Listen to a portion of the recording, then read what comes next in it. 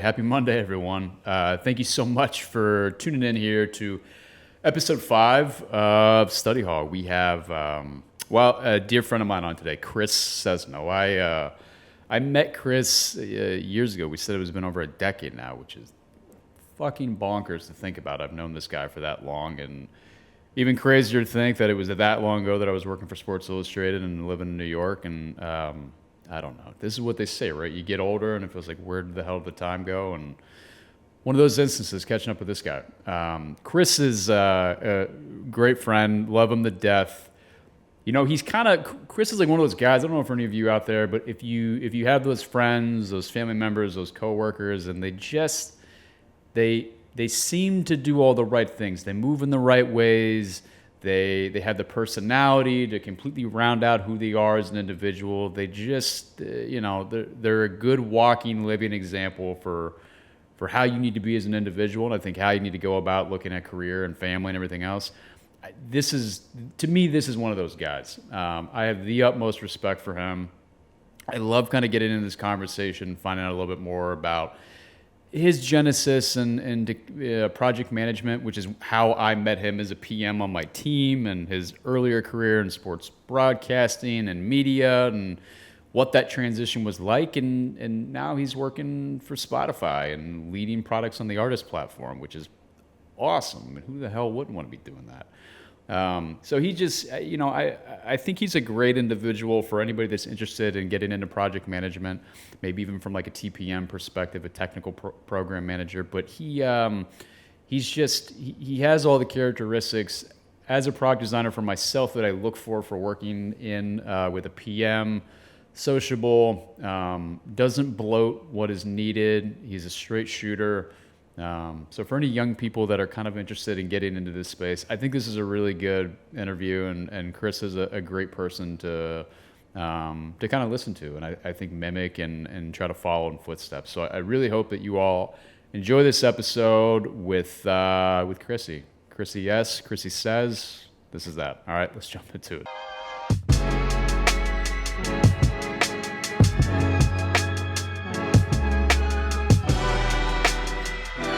Yeah, Joe was just supposed to start daycare this week. On Thursday, she's supposed to. Oh, wow. I'm a little anxious on it. Not going to lie. Like tomorrow she's starting? Tomorrow or she started last Thursday?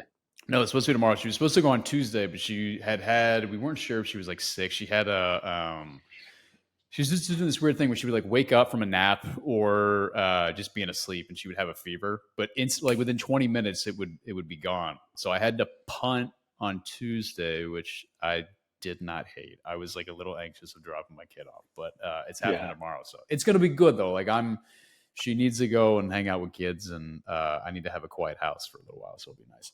Totally feel you. And like, that is super common, the sort of like anxiousness or whatever. Yeah. If it makes you feel any better, I think 99.9% of kids like just end up loving it. And so like, even on days where one of the kids like throws a tantrum when I'm dropping them off, I'm like, I know. And sometimes actually the way our building works, I can like walk around and kind of like on my way back to the car, I'll like peek in the window. Yeah. And he's like fucking dunking basketballs and like playing with the other kids. And he forgot I exist in less than 10 seconds. It is one of those things. As soon as you're out of their periphery, if you're out of their, their line of sight, they're just like, Dad, who? Whatever. Yeah.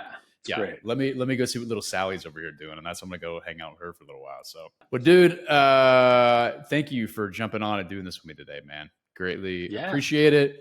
Chris Sesno, fucking dude, you're the best. I'm trying to think. Like the other day, I mean, how long has it been that we've known each other?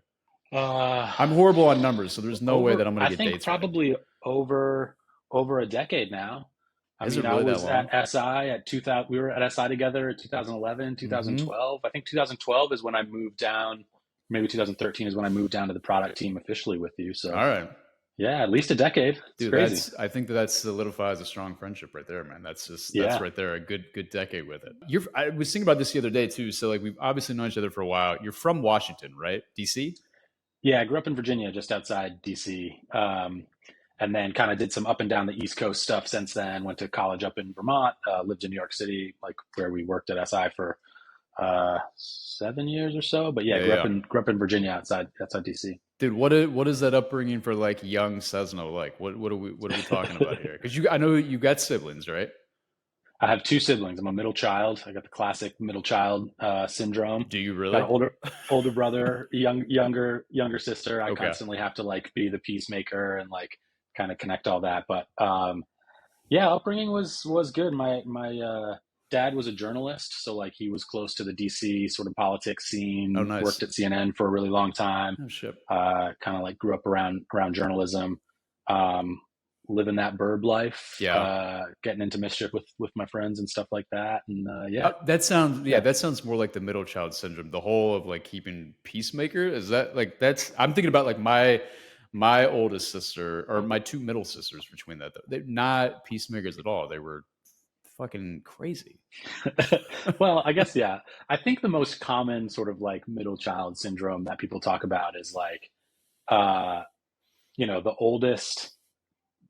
the oldest is like, Golden child. the golden child, the Yep. firstborn. By the time the third comes, they're sort of like the baby, and they Mm-hmm. get like whatever they want. And the middle child is maybe a little bit forgotten, but also has to like bridge the gap a lot. So like my siblings are three. I'm 3 years from both of them, so Yeah. they're 6 years apart. My older brother and my younger sister. Okay. Um, and so yeah, I don't know. But like I had a very I'm very fortunate. I had a very good like upbringing, nice, stable household. Got Yeah. along pretty well with both of my siblings and my parents and all that stuff. So Family, um, other family, like close in the area, like you got aunts, uncles, we doing like weekend dinners and all that sort of stuff, or what are we talking? not really. I kind of wish Huh? like so I had my cousins, like my mom's side of the family was all like mostly up in New England, so like in Mm-hmm. and around Boston. Um, for a while, my dad's sister and her kids, who are younger than I, lived like a few hours away for Mm-hmm. maybe like 4 or 5 years there. They lived in Delaware. Um, but yeah, kind of all of our extended family was for the most part like up in New England.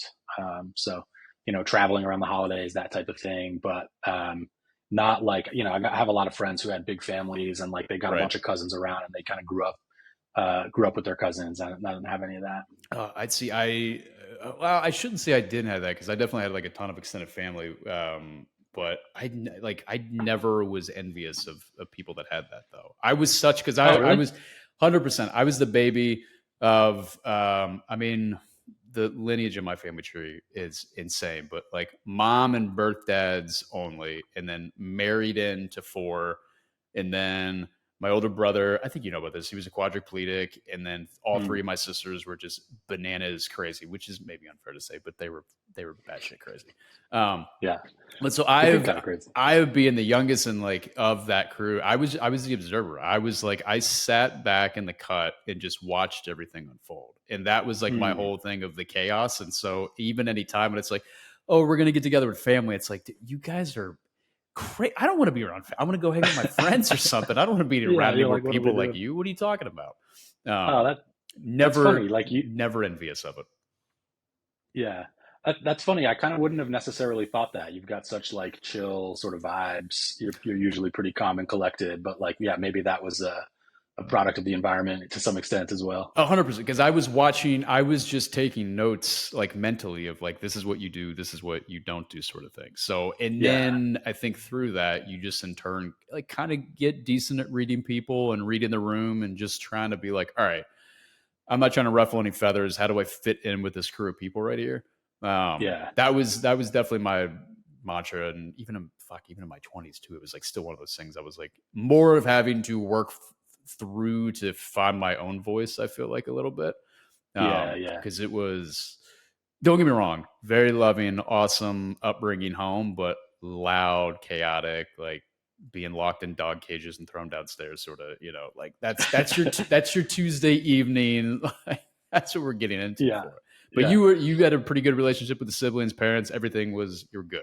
Yeah, totally. And I think like for me, I probably didn't recognize it at the time as a kid, but like as I got older, so my brother and I are the two oldest of like all the cousins. But my next oldest cousin is like a year younger than me. And as I got older, I was like, he's such a good dude. Like I just wish I was closer with him as we grew up. I mean, we would see them. We did this sort of like family reunion thing once a year up on Squam Lake, which was awesome.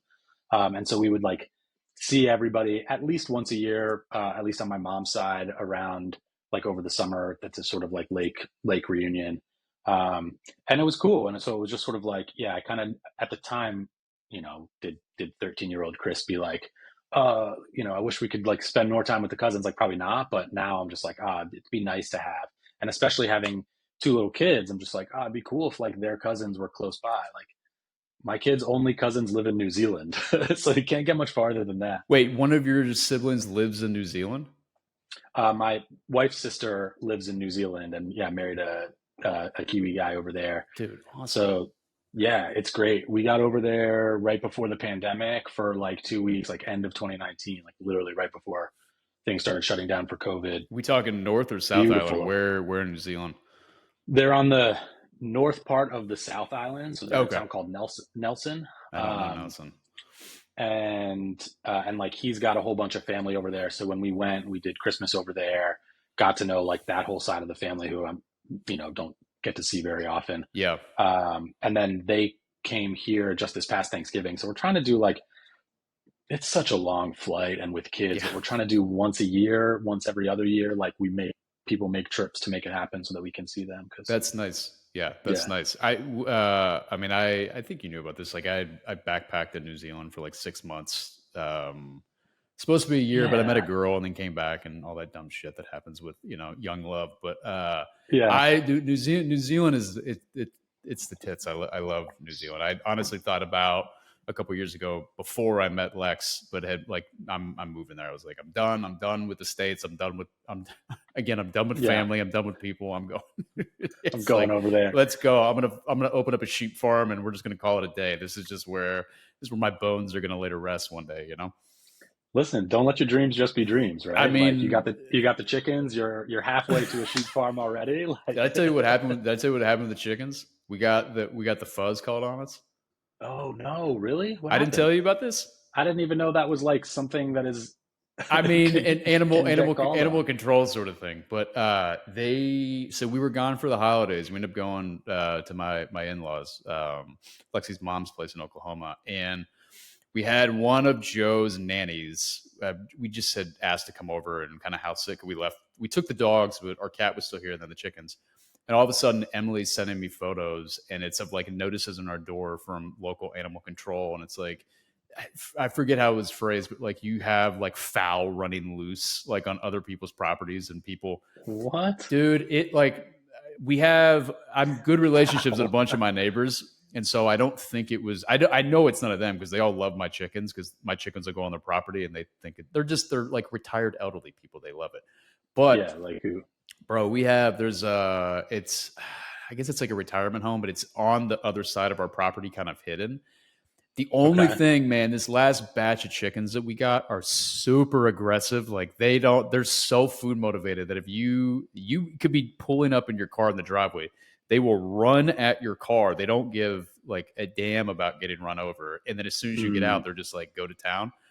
So the only thing I can think is that these chickens were terrorizing potentially people going to visit their elderly loved ones over at the retirement home, and they finally were like, "We're calling the like this is enough. We're done with it, man."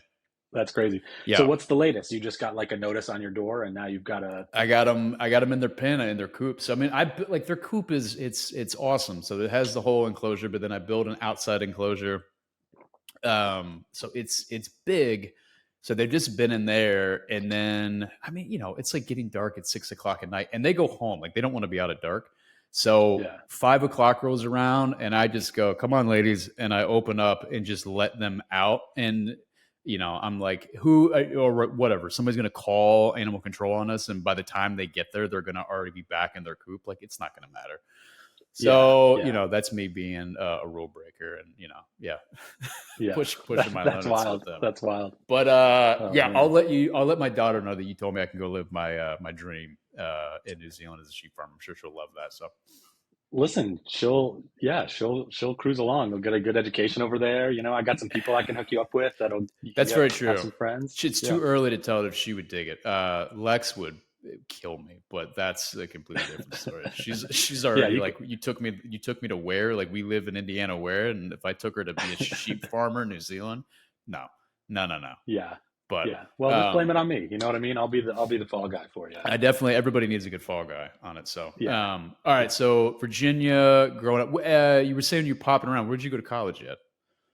I went to Middlebury College, so it's like a small school, liberal arts school up in Vermont, Oh, like 45 minutes south of Burlington. nice. Um, yeah, it was a good spot. Liberal arts education, you can knock it for some reasons, but was pretty good. Yeah. Um, got to ski like all the time. I forgot I you're a was a big skier. That's right. yeah, big skier. Although it's been a couple of years since I had a wrist surgery, but yeah, man, I was skiing Jesus. like 4 or 5 times a week up there during school. Yeah. Um, and was an American Studies major. Wrote my thesis on Michael Jordan, so it was sort of like got to learn about some cool things, and then left there and was like, what the heck do I do with this Yeah, I was this going to say, degree that I've got? do you become a history teacher? What is that? I don't even know what you would put that into. I think the way that I think about it is like liberal arts schools try to teach you how to think and how to Right. approach different types of problems. You Yeah. don't necessarily leave with like a specific trade Okay. training. Right. So at the end of the day, I think it was good. My life path has been fine. Yeah, you're perfectly fine. And then I got into like while I was up there, I got into sports radio. So I did a bunch of radio, like live calling games for our hockey team, basketball, lacrosse, You and have a good football. voice for that. Yeah. Oh, thanks. Yeah. That honestly was like the best fucking job I could ask for. That was my favorite job that I've ever had, was Yeah. just being a broadcaster, calling those games. Yeah. You got somebody in the booth with, and you get to just like talk about it as it's unfolding and try to paint the picture for people.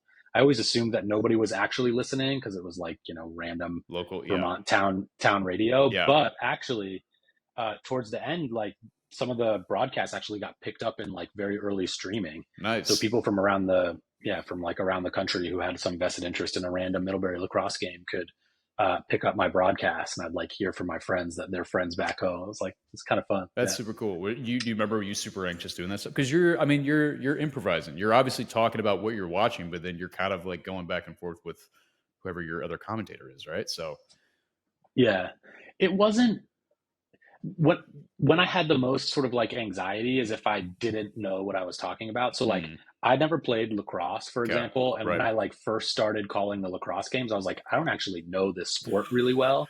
So then I had to like do some work. Basketball, football, even hockey to a lesser extent, I knew pretty well, and so I was pretty comfortable just sort of calling the game as I'm seeing it and sort of describing what's going on. And I would switch back and forth between play-by-play and color commentary.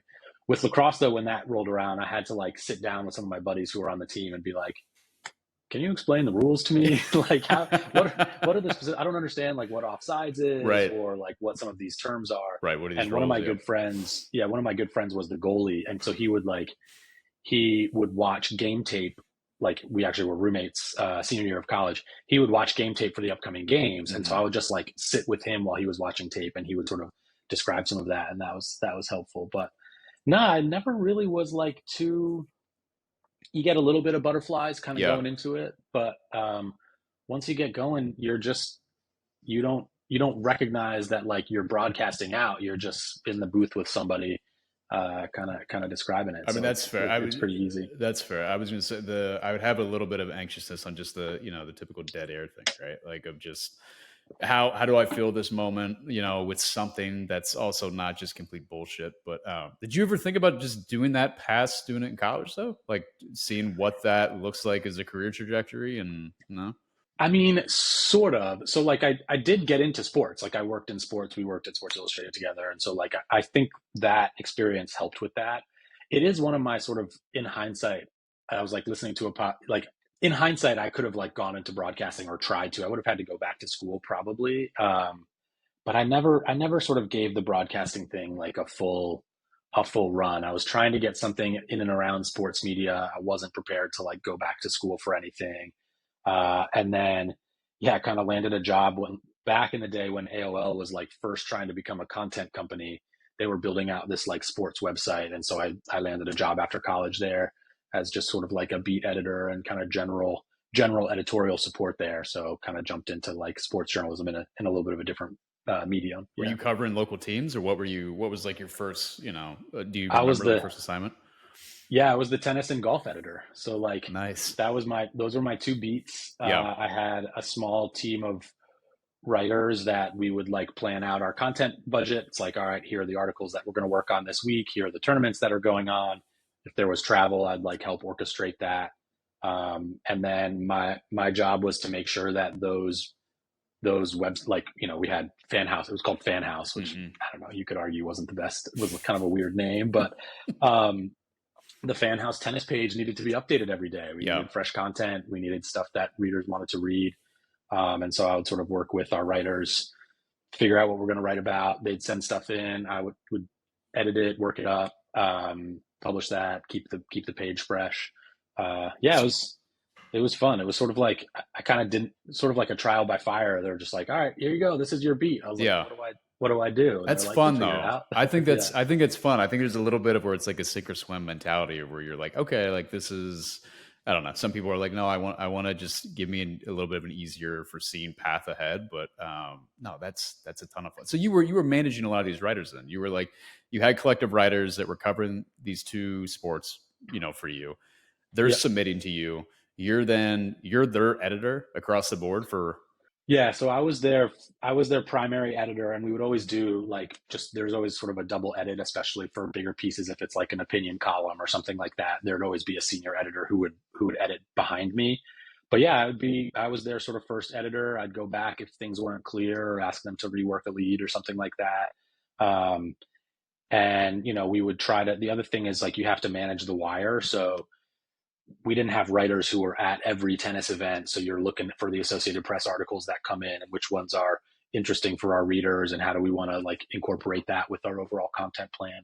So yeah, it was, and I got to do like at Fan House and at SI too, I got to do some like ridiculous stuff. Like they would send me they're like, all right, do you want to do a video? Like, I'm sure you could dig up some old embarrassing videos of me when I was like 22, right? Like at the US Open or something like that, being like, all right, I'm here with our senior columnist. All right, like Greg, take it away. And like, I had no business like doing that, but they're just like, yeah, sure, go for it. Again, that's got to be super fun for a 22-year-old Sesno who you already probably feel a little bit, you mentioned with the AOL thing, of thrown into the fire. And then hold on, so you're at AOL. When was it you made the transition? Was it from AOL to SI? Let's see. I had sort of like a weird transition. So AOL, basically, let's see, was it when the Huffington Post bought AOL back in 2010, I think, maybe 2011, and they basically were like merging these two big content platforms, and they were deciding which properties to keep. So Fan House basically got shut down in favor of Huffington Post Sports. So some people like went over to Huffington Post Sports. They moved me to, I think I was just basically cheap labor. So like that was really tough, man. I remember that was maybe February of 2010. I had just moved to New York City and they're like, all right, pretty much we're all let go. Like they're shutting down Fan House in favor of Huffington Post Sports. Like a couple people, big personality columnists or a few people were able to stay on the Huffington Post side. Yeah. A lot of really good people like left the company when that happened. They moved me to AOL News, or I can't remember if they moved me or I like applied, but somehow I ended up at AOL News. And basically then only a few months later, the same thing happened to AOL News. They like shut that down in favor of sort of Huffington Post. Yeah. And they kept a skeleton crew on just to keep the page running. There was like no writers. It was me and like 3 other people trying to power everything. You're just doing like a graveyard shift sort of thing for nobody. Yeah. Yeah, it was brutal. And then I had a good stint working for the AOL.com homepage team, maybe like less than a year. I mean, between Fan House and Sports Illustrated was probably, call it 8 months. It was like a really weird sort of transition period. And all that stint, was it still kind of like a content management role that you had? Yep. And it shifted a little bit. Like after Fan House, I didn't necessarily have a beat at AOL. I didn't have writers that were like, I'm working writers that I was editing or anything like that. It was more just call it like a page producer. So I'm accountable for a certain website front. I got to make sure every 6 hours the main article is updated and figure out what we're going to put in there. And we would monitor, make sure we had some like analytics tools that we could look at to see how well things were clicking and what was engaging readers and not, and like move stuff around. kind of the early days of some of those, like, there were some really cool, I remember the first heat map I saw, like, blew my mind. I forget what Wait, the is this tool where people are was. clicking on a page, this sort of thing, like where they're Yeah. interacting with? Yeah. Yeah, exactly. And it like overlaid on top of your website. So you could Yeah. see like this one little link that you've got buried over here Yeah. is like blowing up. And it's like, cool, move that up to the main thing. Yeah. So Yeah. like that Yeah. was my job, was to kind of monitor all that stuff and make sure the content was updated regularly. There's a lot of kind of manual sort of, yeah, like keeping an eye on the AP wires and understanding what was going on in the world. Were you enjoying the transition, or were you kind of just like this? No. Not really. No. Yeah. Like, I think when I landed on that front page team, there were some really good people there. Yeah. It wasn't what I necessarily wanted to be doing, but it Yeah. was helpful that, like, and even some folks that I kind of still have lasting friendships with. And they were good at their job. I mean, that was a huge amount of traffic that went to AOL.com, because I don't Yeah. know if you remember back in the AOL days, but like you would dial in, or you would, like, if you Mm-hmm. still had an AOL account, you'd go to your mail and then it would just automatically open up AOL.com. And so Redirect. Yeah. you'd see all the news that was going on, any type of pop culture stuff was there. So there was like massive amounts of traffic that were going through that homepage, um, which was funny because it was sort of like, there were a lot of writers who were like really wanted, if you gave them real estate on the homepage, their article would blow up just Yeah. because of the Yeah. volume there. So it was Yeah. like kind of a lot of power to give like some 22-year-old kid or whatever. So I don't know. The transition was weird like that. It was kind of an ugly split. The CEO, the way he sort of announced it at AOL was like pretty tough.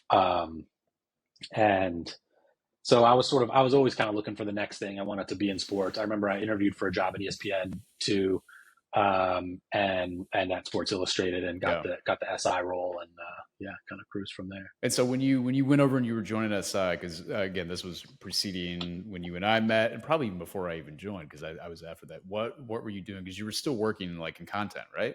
Creating content. Yep. Yeah. Yeah. So like they hired me as the tennis editor. So I Okay. was like, again, just that was my beat.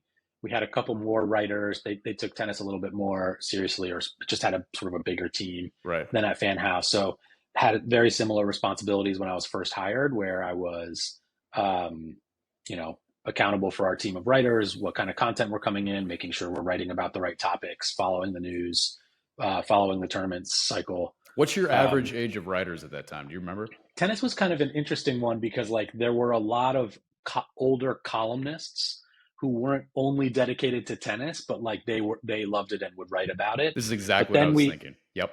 we had some like young sort of bloggers that came up, and actually at Sports Illustrated, we like launched a bunch of sports specific blogs. Yeah. So I helped build out like one of the SI tennis blogs there, like, get that off the ground. And so we brought in a writer and worked with some other guest contributors who were a lot younger. Yeah. Yeah. What was that? And at SI it was cool. I got to write a lot more too, so that was kind of fun. Oh, that's like nice. I got to publish a little bit. What was do you remember what the working relationship was? So young Sesno comes in, 22. You're all of a sudden you're managing. I'm assuming these are some old whites. I'm just throwing that out there. But what are they? Are you collabing? Are they enjoying having you in this position? Is there pushback of being like this young kid and tech and blah? I don't want to deal with this. What is that relationship? Yeah, I mean, I feel very lucky. Like, it was a good relationship.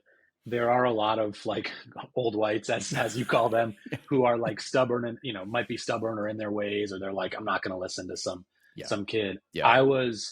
I think I was maybe oh no, there were some dedicated tennis editors, but like I was super excited to kind of grow the beat. Yeah. And try to get more traffic and get more eyeballs and do cool things with content. We did a bunch of video stuff too. We actually like started a podcast with John Wertheim, who's was the man. He was the best to work with. So we started a tennis podcast. So I think like the general vibe was just good collaboration, where they were excited that we were like trying new things and trying to grow it. And it's not like I was their boss by any means. It was more just like we would work together to figure out, okay, who's covering what, especially around the majors, like the 4 Grand Slam events. Yeah. That was when things would get hectic because we'd have multiple writers there. And so it's like, what are the marquee matchups? Who's going to write what?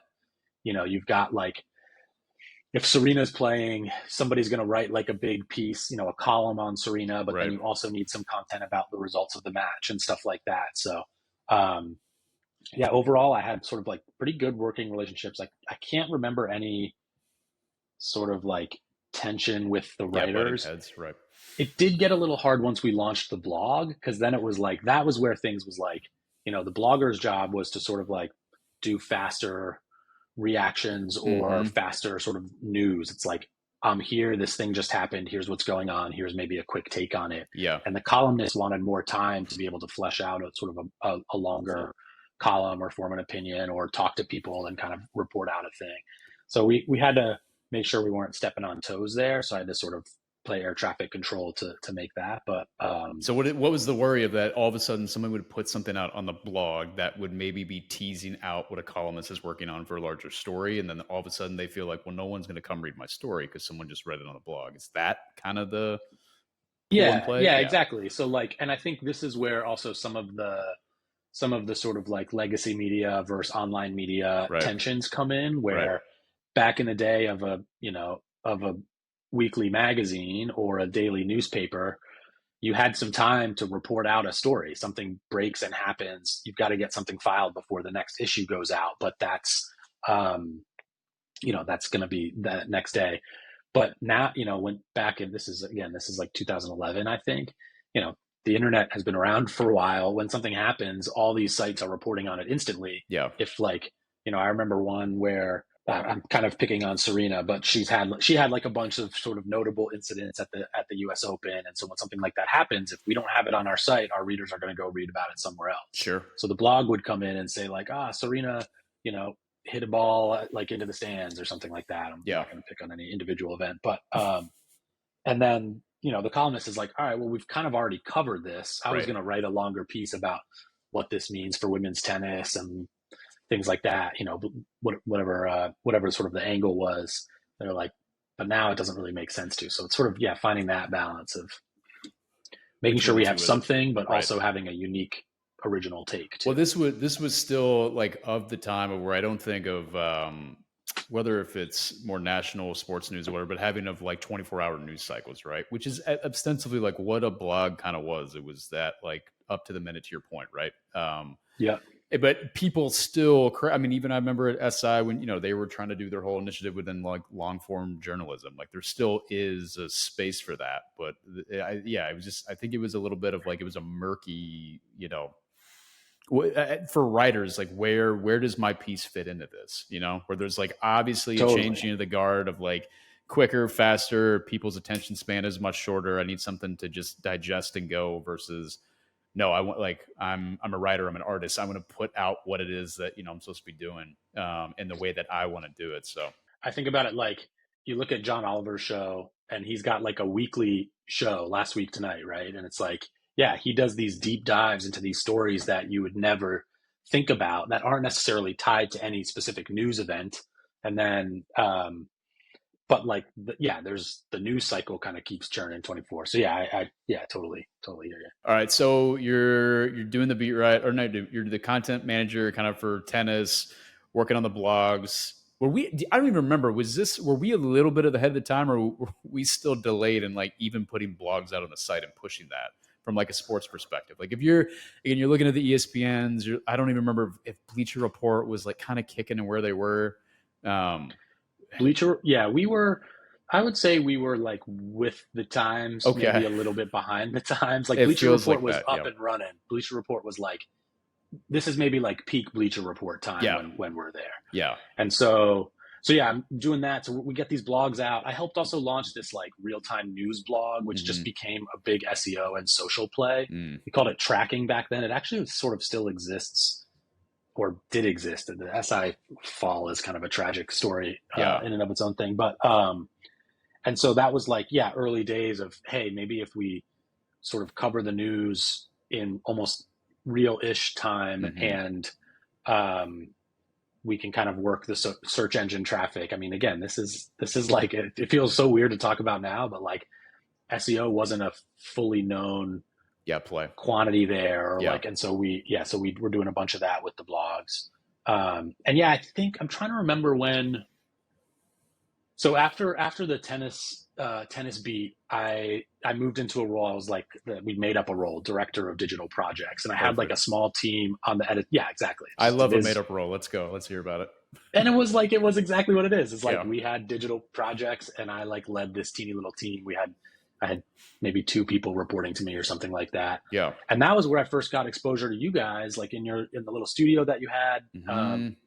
in Gibbons, and then obviously what once we brought product in house at SI, what kind of led us closer together. And so like Super Bowl rolls around, or NFL Hmm. draft was always a big one. We've got some custom experience we want to build out. Um, some of the projects that we worked on were editorial only, like we could kind of execute it within just the editorial team. It was some custom content Right. package, but some of them required sort of special build. And that was a fun time, man. That was kind of a weird time where we wanted to do cool stuff, and we just kind Hmm. of did cool stuff Yeah. before there was more scrutiny on what was going on. So I just was talking with Chris about that. Of that, I mean, for us on that team, when I mean, and again, they had that team built for a couple years before I came on, but it was yeah. It to your point, it was like there wasn't an overly a lot of pressure, but everybody kind of held everybody else accountable. That we're gonna make some cool stuff, and we're gonna kind of stumble through and figure out, push our skill sets and abilities. And it was, yeah, I mean, my professionally my favorite time, team, anything I've ever worked for and on. It was great. It was great. I mean, that's ultimately sort of like my introduction to you guys and that team. I consider that a very pivotal moment in sort of like my career trajectory, because it just opened up such a whole different world, like from Yeah. a product team and the impact that you can have, and the type of stuff you can do, compared to sort of like when the content is your main kind of like lever at your disposal. You're just a little bit more constrained in terms of, I mean, that's the content is sort of the core product, but like Yeah. you have a little bit less tools at your disposal to make an impact and like build cool stuff. Yeah. Well, and I remember it was such an interesting time because yeah, we were kind of this individual like miniature agency within the company, and specifically working with like sales and with you guys too, and editorial. But then to your point, we transitioned to this product team. You get brought on. We get a couple other folks that get brought on, like with Heather, which is amazing. Then some other dum dums that got attached to this whole project for what it was.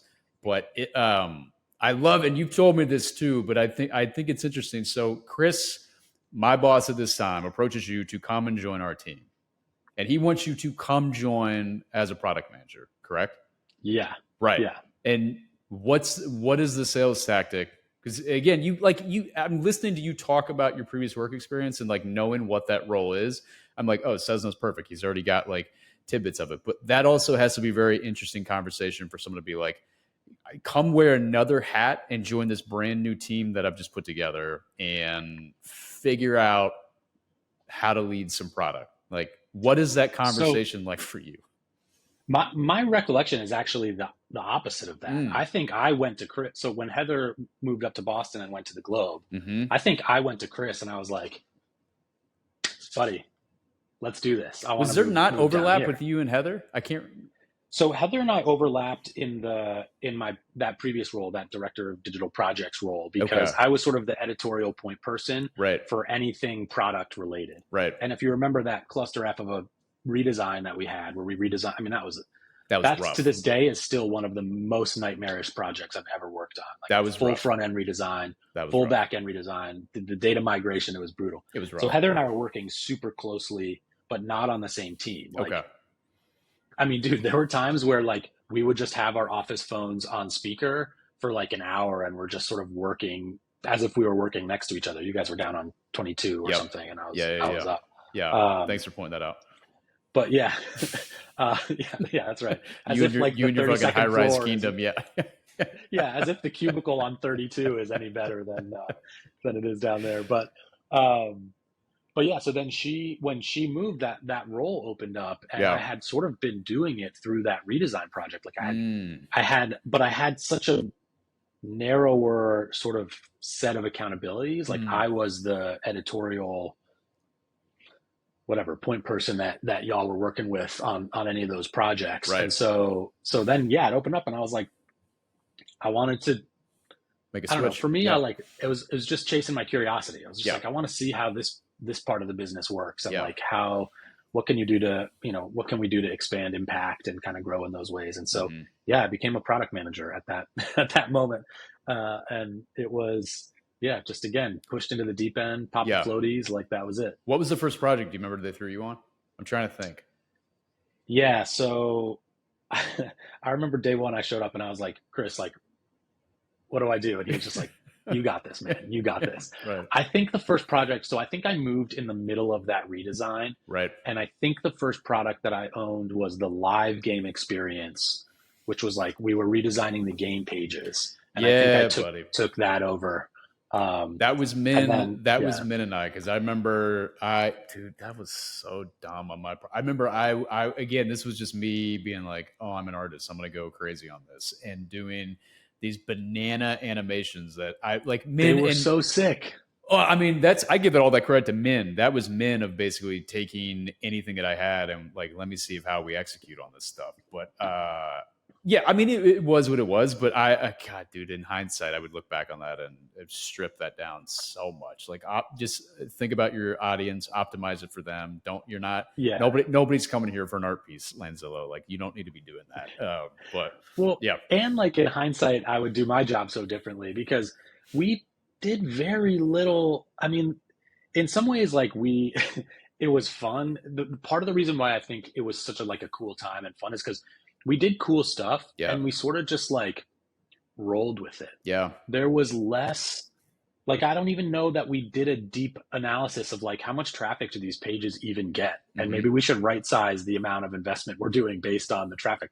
And I really don't think a lot of people were like, "Ooh, what's happening in the Michigan, like what's happening in the Michigan game? Let me go to SI and click on this little box score and look at the live game." Like, I don't think we were the destination for that. No. And like, I think about that all the time now with where I am in my career versus then. It was like, back then it was like success was to launch something cool that we were proud of that like worked seamlessly.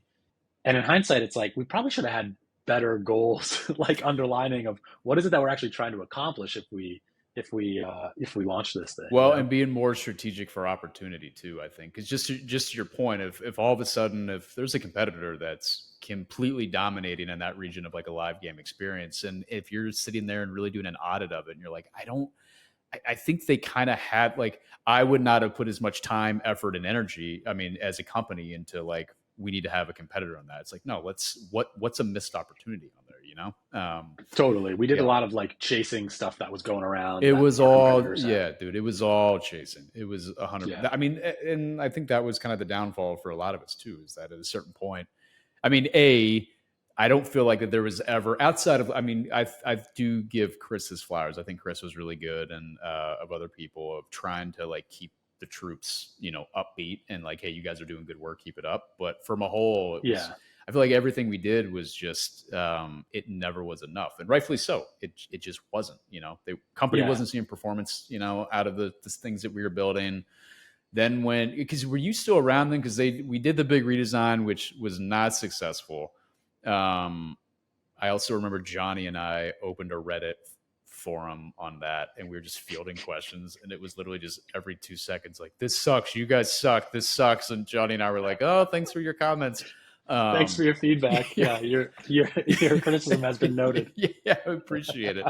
But were you there for kind of like the V2 of that, when they were, I think it was when Gibbons had left. Maybe he was still kind of attached in the beginning, but there was, you know what I'm talking about? Yep. Yeah, I was there for that. Like, we basically split up with our vendor that we were using. Yes. Who just like bit off way more than they could chew. I think they went under. That was. Oh yeah, I think they had something like 85% of their business was tied up in that SI project. Yes. And they claimed they could be a one-stop shop and like do all the design, all the development. Yeah. As soon as I got pulled the plug, they immediately went under. I was just like, damn. Yeah. Don't put all your eggs in that one basket. No, bro. Especially not in a media basket. Yeah. You can't turn a magazine into a website where shit. So don't even. Yeah. Yeah. Man. And that's just the classic. I think about that as a cautionary tale. They made these like beautiful, they're like designs that they showed in these pitch meetings were beautiful. Mm-hmm. They had all these sort of like motion stuff.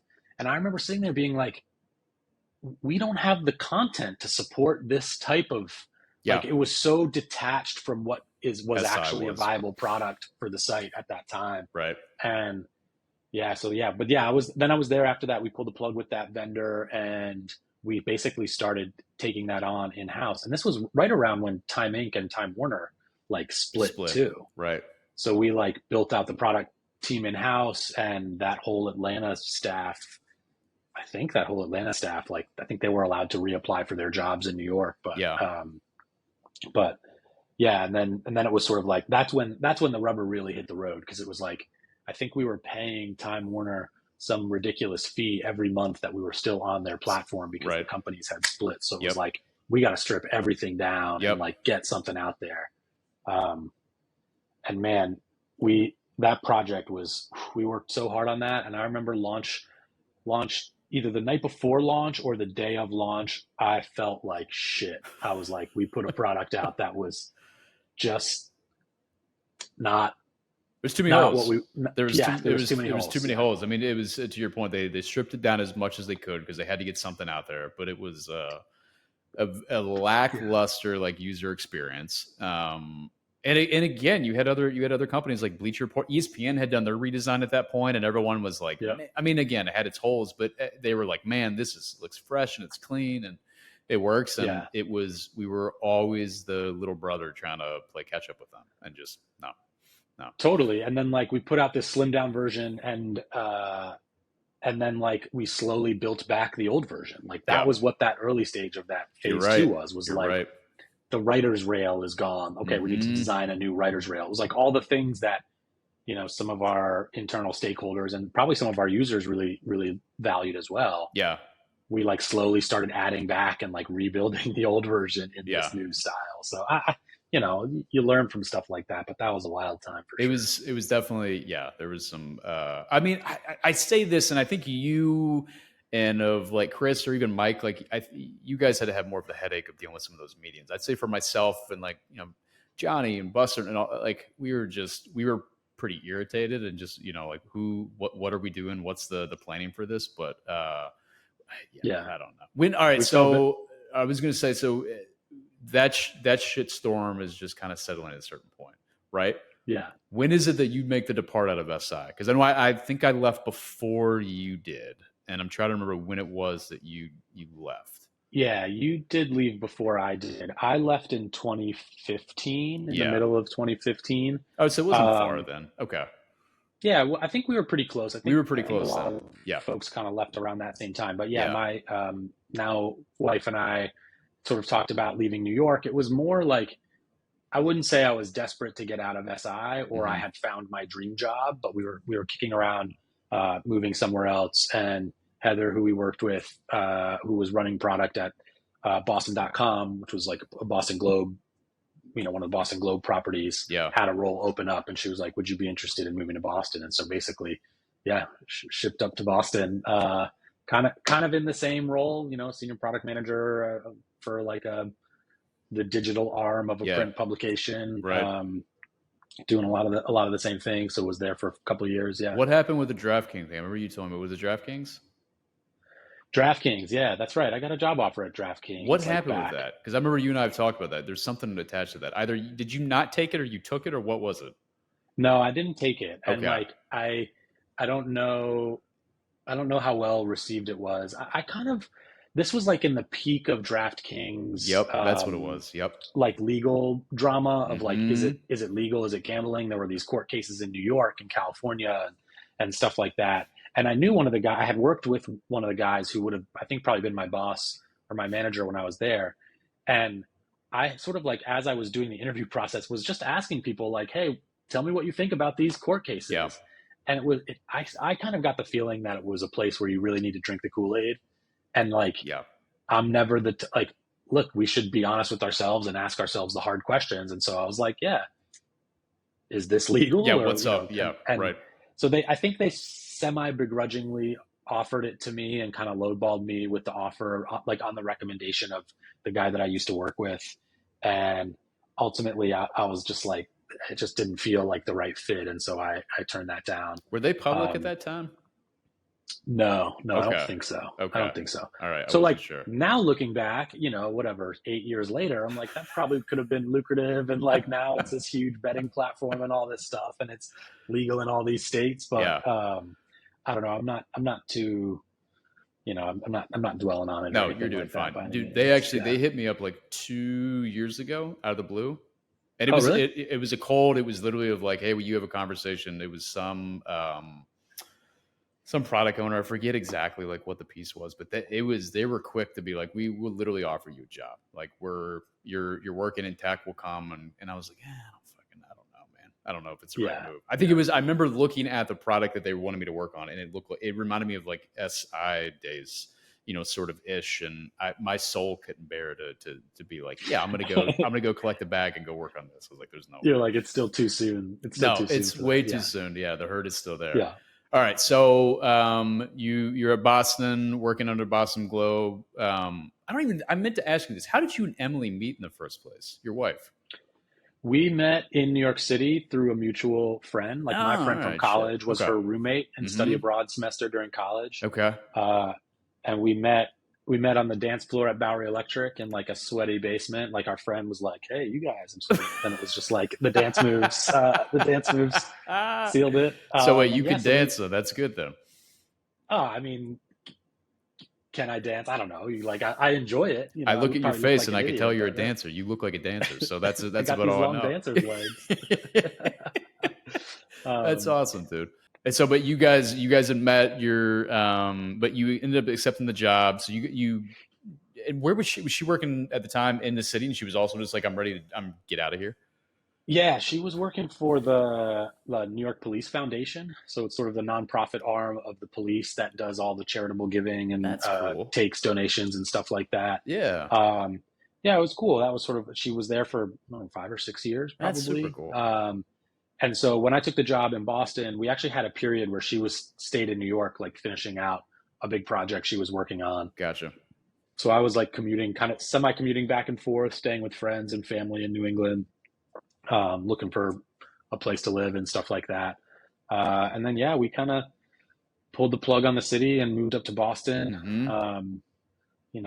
We like marveled at the quality of life that we had. It was like, we have a garbage disposal in our sink and That's like our huge. own dishwasher, like shit like that you don't think about when you're in New York, that just like, yeah, It's you didn't huge. like have a dishwasher I before. don't think I mentioned this to you, but Lex and I just booked. So we're going to New York for a month in Oh, spring. nice. I know. Cool. It's You're gonna be doing it. great. It's gonna be great. There's a little bit because we're still trying to figure out the transition from whether if we stay in Louisville or not. And Yeah. like I was talking to her friend Alicia the other day, and she's like, "You screwed yourself." She's like, "She's gonna fall in love with it, and then you're gonna be forced to have to come back to New York." And I'm like, man, there's an inkling of me that does not hate that idea. I do miss it, but then to your point, there's another part of me where it's like, dude, the dollar stretches so much further every other Yeah. spot, and like I just to have a little bit more breathing room is, I don't know, man, that'd be a tough one, but Yeah. Yeah. I mean, I think about that with New York. Like we consider ourselves New Yorkers, even though we've now lived in Boston longer. right, And what we love it, we miss it, but like you miss the sort of the best parts of New you York and you romanticize forget it. about the Yep. parts that grind on you. Yeah, Hmm. totally. You romanticize it. So, but yeah, you're probably gonna have to pack up your chickens and move to New York soon. It's going to be Yeah. rough. The only Yeah. good thing is an equalizer. So I mean, obviously the kid is coming with us, but we're bringing both the dogs too. Oh, nice. So there will be a little bit of just honest understanding and conversation of like what is it like with now having to take the dogs out multiple times a day for walks and do this and Yep. then taking Joe Yep. to the grocery and jumping on the subway and but then of course she found this like beautiful walk up brownstone in Brooklyn that we rented and I'm like this is not realistic as well for if we moved here Yeah. what You're we're like, like this isn't where no dude we're yeah, gonna be in a yeah, shoebox if this is what we're actually doing so yeah. it'll Oh, be that's good with cool. it That's yeah gonna be fun for you guys. it'll be That's very nice. exciting. So when did the move to Spotify happen for you? When did you end up getting that job? Yeah, so after the Globe, I did a stint in consulting, a company called Pivotal Labs, which was awesome. Like I got very lucky. A lot of consulting jobs are like 80-hour weeks or anything like that. but Pivotal had just a really good work-life balance. And I almost consider it like grad school, like IRL grad school, right? We just work with a client for 3 to 6 months, build some product, ship it, rinse, repeat. You get kind of a lot of repetition of like building different products in different spaces, different types of, product challenges, personnel challenges, things like that. So it was really cool. I always knew I wanted to get back into like the media space. So I started at Spotify. Actually, I think my first day at Spotify was 1 week after the office closed for the pandemic. Oh, shoot. So like I interviewed in person, I quit my job, Yeah. I, accepted this, and then they like shut the office down. They're like, all right, we'll see you in a couple weeks. We're going to close the office for 2 weeks until we see. And then Yeah. been pretty much mostly a remote worker since then. So that was PM role when you got hired on? Yep.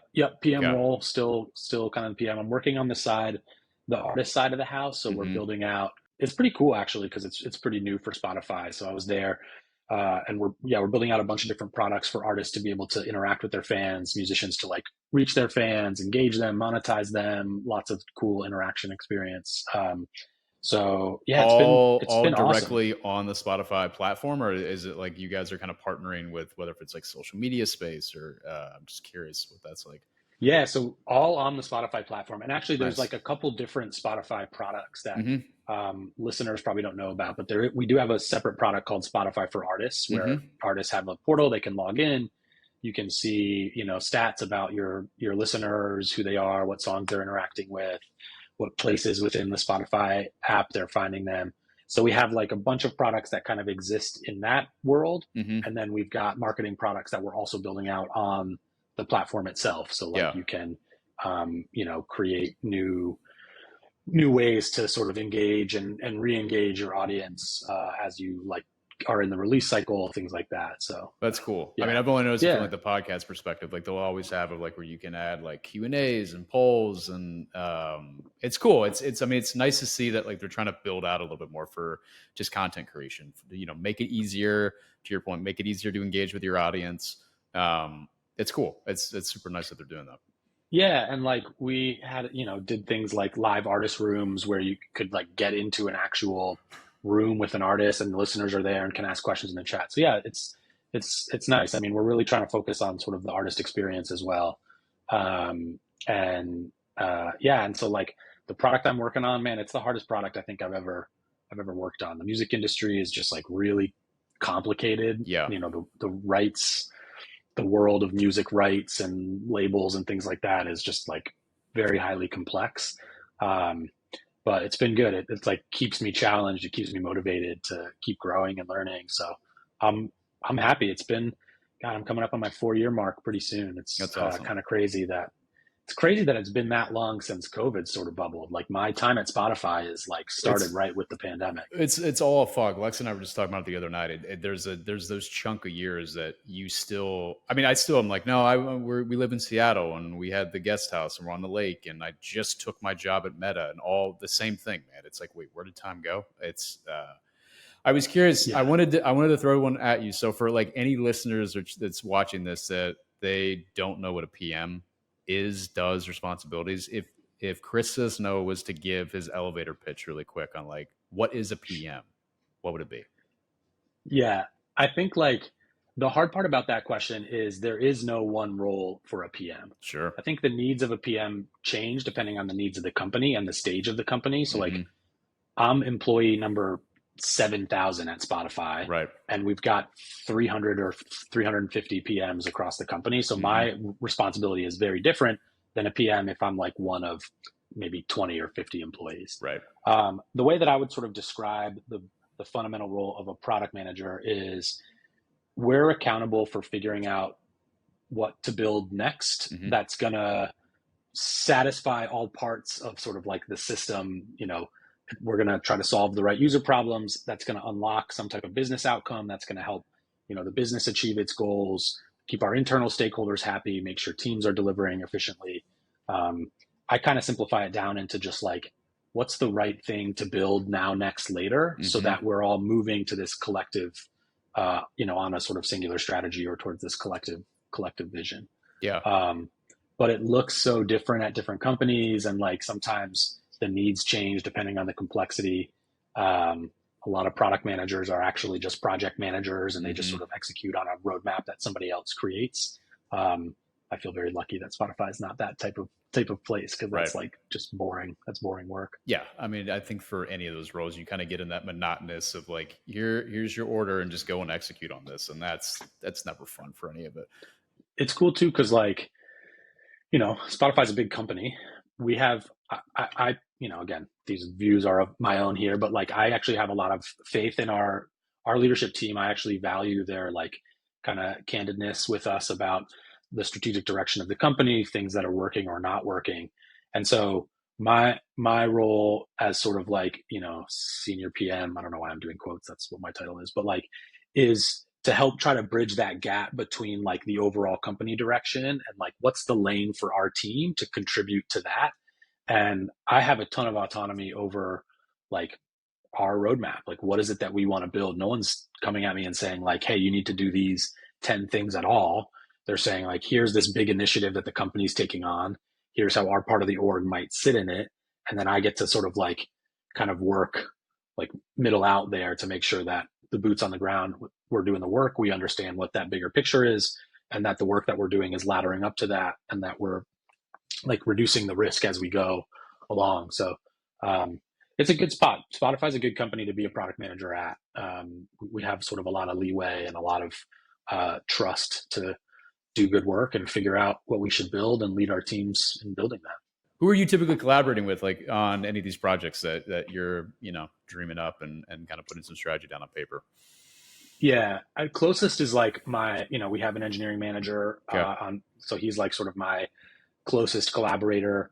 There's usually sort of a design lead. We kind of have designers that rotate across different teams. So I don't necessarily have one that's fully dedicated to my team, but a few that I work with really closely. We have a really cool and good like insights team that's made up of user research and data scientists. So they're like super close on those. And then I had never really worked with product marketing before Spotify, which is kind of like a funny thing to say. I don't know what your experience is with that, but that's been the kind of a game changer too. Like our product marketing team is so good and they're much more in the weeds, shaping the direction of the product and like directly interacting with customers and internally and helping craft the message in the right way. So that's been like a really cool team to collaborate with as well. What is there? I don't even know if I've had the deal necessarily with it. Like, what would you say their specialty is? Like, if they're coming in and they're helping to again craft a narrative around a project, where are they sinking their teeth in for you guys? Yeah, so they do a lot of like branding work and sort of marketing and messaging work. Okay. So if we're building a big new feature set, what's the story that we're telling to our customers? Why should they buy it? Why should they pay for it? Right. And then internally too, like we need to do a lot of communication. It's a really complicated, it's a big company. It's really complicated. So how do we like tell the story in a way that all the different teams that are contributing on it can kind of understand it? And so that's where like a product marketing manager and a product manager collaborate really closely with is like, what's that story?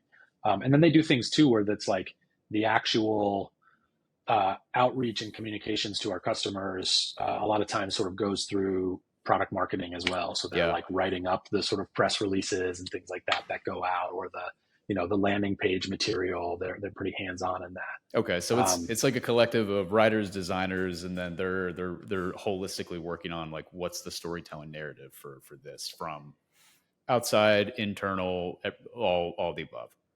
Yeah, and like how do we simplify it? How do we make it nice and crisp and clean? And like, again, it's not a role that I had a lot of familiarity with prior to this. I think in fact, I'm not even sure that I had really done anything with the product marketing team at any of my previous roles. And I'm just like, oh man, and they, when somebody is trying to get you to simplify the narrative of your product, it really does wonders for your like, yeah, why I'm making this more complex than it needs to be. Like, here's a person that's going to help me simplify it. So it's cool. Oh, I got to find if Meta has any of these. I feel like that we need some of them, because every project I'm attached to right now, it's just reactionary decisions of like, oh, we're going to move this here and do that there. And you kind of go, wait, why? What? Yeah, like what are we doing? What are we doing with this? Like, who's calling this? Well, it's good. I mean, it sounds like that you're enjoying the role, you're enjoying the space. I'm just going to put you on the spot because obviously I'm a designer. You and I have worked together. If you're picking idealistic traits for a designer to work with and to collaborate with on a project, what is Chris Sesno saying? Like, I want that guy or gal. That's the person that I want. What for you from a creative design perspective are you looking for? Yeah, that's a really good question. I think for me, there's two parts to it. One is I really, really, really value when my design counterpart can like take some ownership of the overall and like contribute to the definition of like the overall sort of strategy that we're taking. Mm-hmm. So not just like in the weeds, designing a UI or building out a UX or thinking through like what the interactions are, but like here's sort of the bigger picture direction that we're going. And if a designer can be, if my design counterpart can like take some ownership of that and be bought in on that, then to me, that always opens up the door for a lot of different ways that they can contribute, come up with new solutions, new ideas, like, things that I wouldn't have thought of or that, the team didn't think of. And the other piece is like sort of strong buy-in on that overall strategy and vision and like flexibility on how we get there. Yeah. I think the reality of building products for all of us is like, look, we're all trying to predict the future. We think if we like arrange these components on this page in this way or in this app in this way, that it's going to change their users' lives and it's going to unlock some cool business opportunity for us and like all that. But it never works that way. So we have to be willing to sort of have opinions, feel strongly about the strategy and the vision, and be flexible in our path to getting there and throwing out work when we're just like, this isn't working, or we get some new information and it's like, all right, cool, time for a new journey. I think like those two things are like some strong traits that I look for. It's super, super helpful. It makes my job a lot easier. And I think ultimately, like, not just about making my job easier, I think it leads to just better products being built. Yeah, I think as soon as anybody attached to any product, if their motive turns into that, I have to get this idea that I have attached to this project, that is all of a sudden like the breakdown. It's again, to your point, if it's not everybody moving towards a shared goal, it's not true collaboration. It's just that's someone selfishly being like, well, why didn't you use mine, or I want to do, and that's that's hell. That's absolute hell.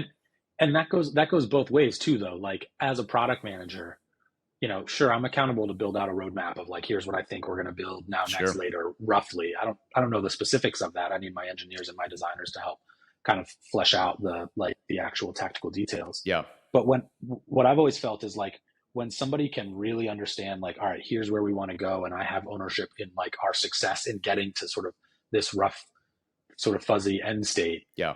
Like poke holes in the strategy and poke holes in the roadmap, and we'll own that stuff together a little bit more, as opposed to like, you never want to be in the state where I'm trying to like sell you, all right, here's the roadmap, let me sell it to you. Yeah. It's like, no, I want you to believe that these are the right things because you have context of our users and you have context of like the direction that we want to go and what we need to build and the competitive landscape and all that. Yeah.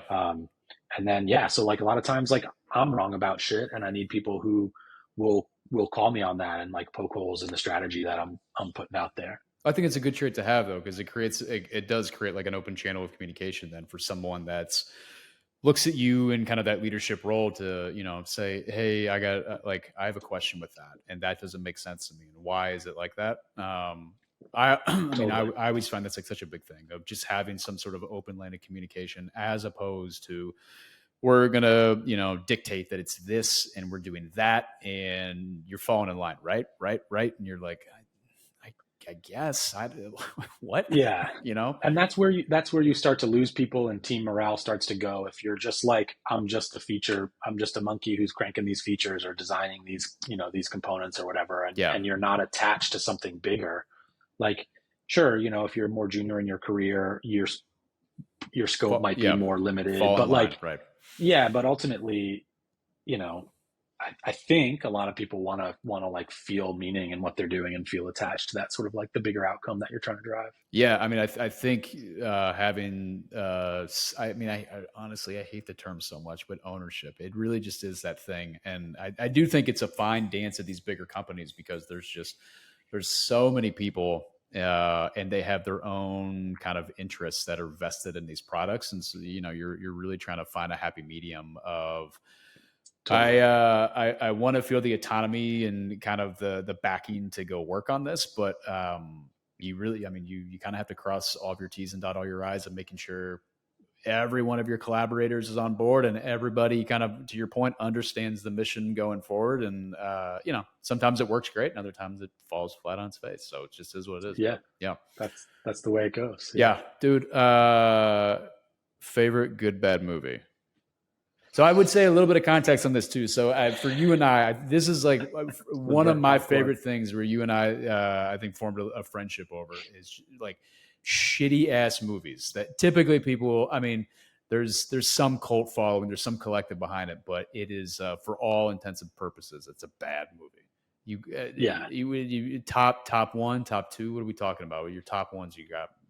I'm gonna cheat a little bit, and I'm gonna split this into like two buckets of bad movies. Yeah, so yeah, I know. The first bucket is the like so bad they're good bucket, right? Like that's what you're talking about. Always. The Room is like the cult classic. That's like the obvious one. Of course. I was actually texting with some friends about one. Did you see? I think it was like early 2000s. One called Feast. Yes, I know Feast. Feast was pretty good. It was so bad. Doesn't hold up at all. It doesn't hold up at all. It's like an awful, awful movie. But that was one where my friend literally was like, watching that movie was like being in a fever dream. It's just like, what is going on? But then the other ones are just like, I don't consider these bad movies, but the category of like, no one would classify this thing as cinema, but like, it's good enough. So that to me feels like my wheelhouse, where it's like, these are the action movies of the late 80s, 90s, kind of like I grew up with a lot of these. Like I randomly rewatched Tango and Cash recently and was like, that's like a ridiculous movie, but like very enjoyable. I don't know if I've ever seen Tango and Cash. Is it worth a watch? Really? No, I don't think I have. Like, no. Did they do a remake of it too? Did they? They feel like they tried to make a TV show or something. Maybe that's what it was. I just feel like at some point I saw that there was like something else coming up, but no, I've never seen Tango and Cash. No. Yeah, it's like Sly. It's just a classic. Yeah, sort of like a buddy cop-ish type vibe. The Room was a heavy one for me, I think. That I got to meet Mark and oh my God, his fucking name. What's his name? The main guy, Tommy? Tommy. God dang. It's been so long since I've had to think about this. But Tommy and Mark, it was a screening in Portland. Dude, he lived up to all the hype you could ever. Like, literally eyes kind of falling down his face at a certain point of just age just creeping up to that guy. But he was the best. He was the best. Signed my Blu-ray and I was happy as could be, man. You're good to go. I mean, you're the one who put me onto that movie, like back in the SI days. I don't think I had heard of it. And you were like, check this out. It's such a gem.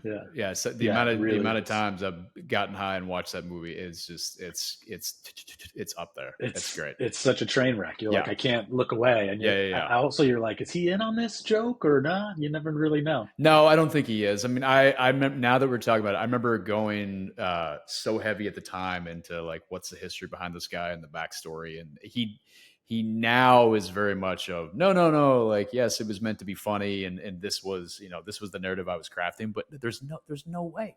No way. At the time he was like trying to make a masterpiece. I mean, he befriended some, it was like ESL teacher here in the States, and she just secretly had millions of dollars. This is the whole narrative, and that she invested in him funded the whole thing. Well, he opened up his clothing brand line. Did you ever see that? Which still exists?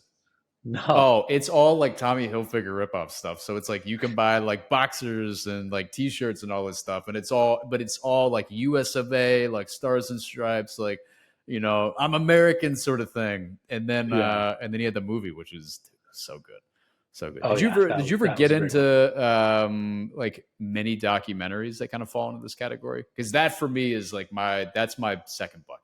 No, I never really did. What, like what? Give me an example. Well, I just was talking with Chris about this. Monster Camp. No, but I listen. That was the one like about It's LARPing, it's all basically. it's all LARPing, which I just watched again the other night. But it's like of that American Movie. Did you ever see American Movie? No, I don't think so. Oh God, you got to watch that. So it's Maybe I the got to get into. I got to open this new. Mark. Get this new door Oh, open. it's so good. The guy, I'm gonna butcher his last name, but Mark Bouchard. But he's like an independent filmmaker. He lives in Wisconsin, and the whole thing is like a film crew following him, trying to make this like final film of his, which then it just completely gets derails. But yeah, that for me is like even I know you've seen like Trolls 2. Have you seen the documentary about the making of Trolls 2? No, I know I have Oh, not. dude, these are God, so I gotta get good. the. You got to send me the list. I need I'll to give build you a out a list. list here and Didn't we start have like a ticking through Google them. Doc at one point? There was like a running list of movies. I feel like you and I Well, did. we had our like burnt popcorn I podcast know that we were gonna do way that back in got the day, ripped. but That got totally yeah, ripped, dude. We had the that podcast. would I have been also was going to fun. build a product on that of like find good bad movies on streaming platforms, but somebody already beat me to all this, so it's already done. Yeah, But yeah. yeah, yeah. The internet Um, has ideas. yeah, I mean, who knows? Maybe one day we'll sell something for multi millions of dollars and we'll be done with it. I don't know. I don't know if you can. Then we can start our podcast. That's exactly what it was. It'll be tit for tat of what this is of just bullshitting for yeah for four Yeah, or five people to watch. But yeah, exactly. what has Yeah. I was going to ask. I don't know if you can talk about it, but only because you had kind of hinted at it last time we talked. What's this new venture that you've been kind of doing, like after hours sort of thing? Oh With yeah, a buddy. I got my little side hustles, which are something. Yeah, I have like two little software products that I'm working on in very niche markets. They're Nice. super random. So the first one we launched again like right before the pandemic. I've got one designer and one engineer. It's just the three of us. We were working on both of these in the funeral home space. We Mm, built a tech product for funeral homes. Again, found sort of a niche market that didn't necessarily have the best tech and tried to yeah, build something. that's smart. It's stalled a little bit. We've got like a customer or two, so we do a little bit of revenue and we've kind of got it running, but What are you we're tracking not really. bodies in that thing? What are we doing? What are we talking? No, it's like we build a website. We've got like an obituary publishing tool, and we build the Mm, funeral home's website, and we help run the like flower store, and you can like plant memorial trees, which is really nice. So that's we work cool. with a reforestation nonprofit. So like you can, if you've lost a loved one and you want to plant a tree in their honor, you can like do that through the website, and then we match every tree that people buy. That's right. That's cool. Um, so it's nice. It feels like we're sort of doing something that's environmentally sound, but Hmm. also I kind of like, I don't know, personally, like we our dog passed away and we've got her ashes that we're going to plant a tree in our yard and like scatter her ashes. So it's That's kind of awesome, like a man. nice thing that you can do. Yeah. Um, I remember growing up. I so don't know if you ever knew this. My stepdad's father was a morticianer and had a funeral home in town. Did you ever oh, know I did this? not know that. Yeah, No. I was like the weird kid running around playing hide and go seek in caskets and stuff like this. But the reason I was saying this is because I know of how much was like pen and paper on the books for that sort of stuff, and Yeah. very very dated. Like industry. I Everything. could see where somebody's like, oh, there's an opportunity here. Yeah. And so now we're working on a separate one, completely unrelated in like the youth sports space. Mm, So we're trying to play with some of these new AI features that are coming out and basically be like like a virtual coach's assistant. So that's cool. if a coach wants to like, hey, I've got a full time job and I'm coaching these like 60 kids. We're starting with lacrosse. That's our first sport. Mm, Um, we're building out a library of drills, and you can come and be like, what should I do for my practice? And for 60 minutes, 90 minutes, you tell us what you want to focus on, and we'll like in 10 seconds, 2 seconds, we'll spit you back a plan. Run these drills in this order, like here's when to take a water break, stuff like that. does So this exist? Do you um, guys have the product out? we have it like 70. We're trying to get it launched, our beta version, before the spring season. So in March, we've got it probably 60% built. We've got it like pretty well designed. We've tested it with a bunch of users, talked to a lot of lacrosse coaches.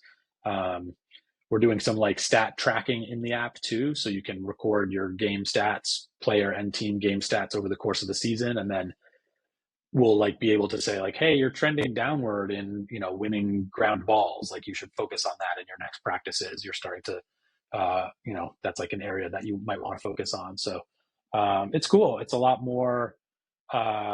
It's a the one of the things that I'm really excited about is like there's a really good product led growth sort of model behind this, where like a coach comes on, build a practice plan, send it out to their other coaches, and now that they've got like 3 or 4 more users on there. So it's cool. It's kind of exciting. It's fun to just like build something from nothing and see if it's a thing and learn about all these other pieces that make the full business successful or not successful. Well, also if it's 3 of you all that are working on it, then it's got to be kind of nice because there's not a ton of red tape to try to rip down and get through. Like you all are making those decisions, which is got to be totally nice. Yeah, totally. Well, buddy, I think we did it. I think this was phenomenal. This was phenomenal. Hopefully it was fun. Yeah. I hope it was interesting for you. For some people, it was definitely fun for me. And I love it. I love talking with you. So it's always good for that, man. Yeah. Yeah. Nice. Yeah. All right, cool, dude. Man. Well, yeah. Thanks for having me on. Yeah. Enjoy the rest of the time before you got to get back home, or you have to go back to work and leave home. Again, I'm envious and jealous of it. So yeah. Got a couple more days, so I'll try to cherish them. Nice. All right. Well, I'm gonna go fake taking a poop so I can sit on my phone for 2 seconds, and then I'll go be with my daughter. But all right, buddy. Love it. All right, talk to you, man. Peace. Later.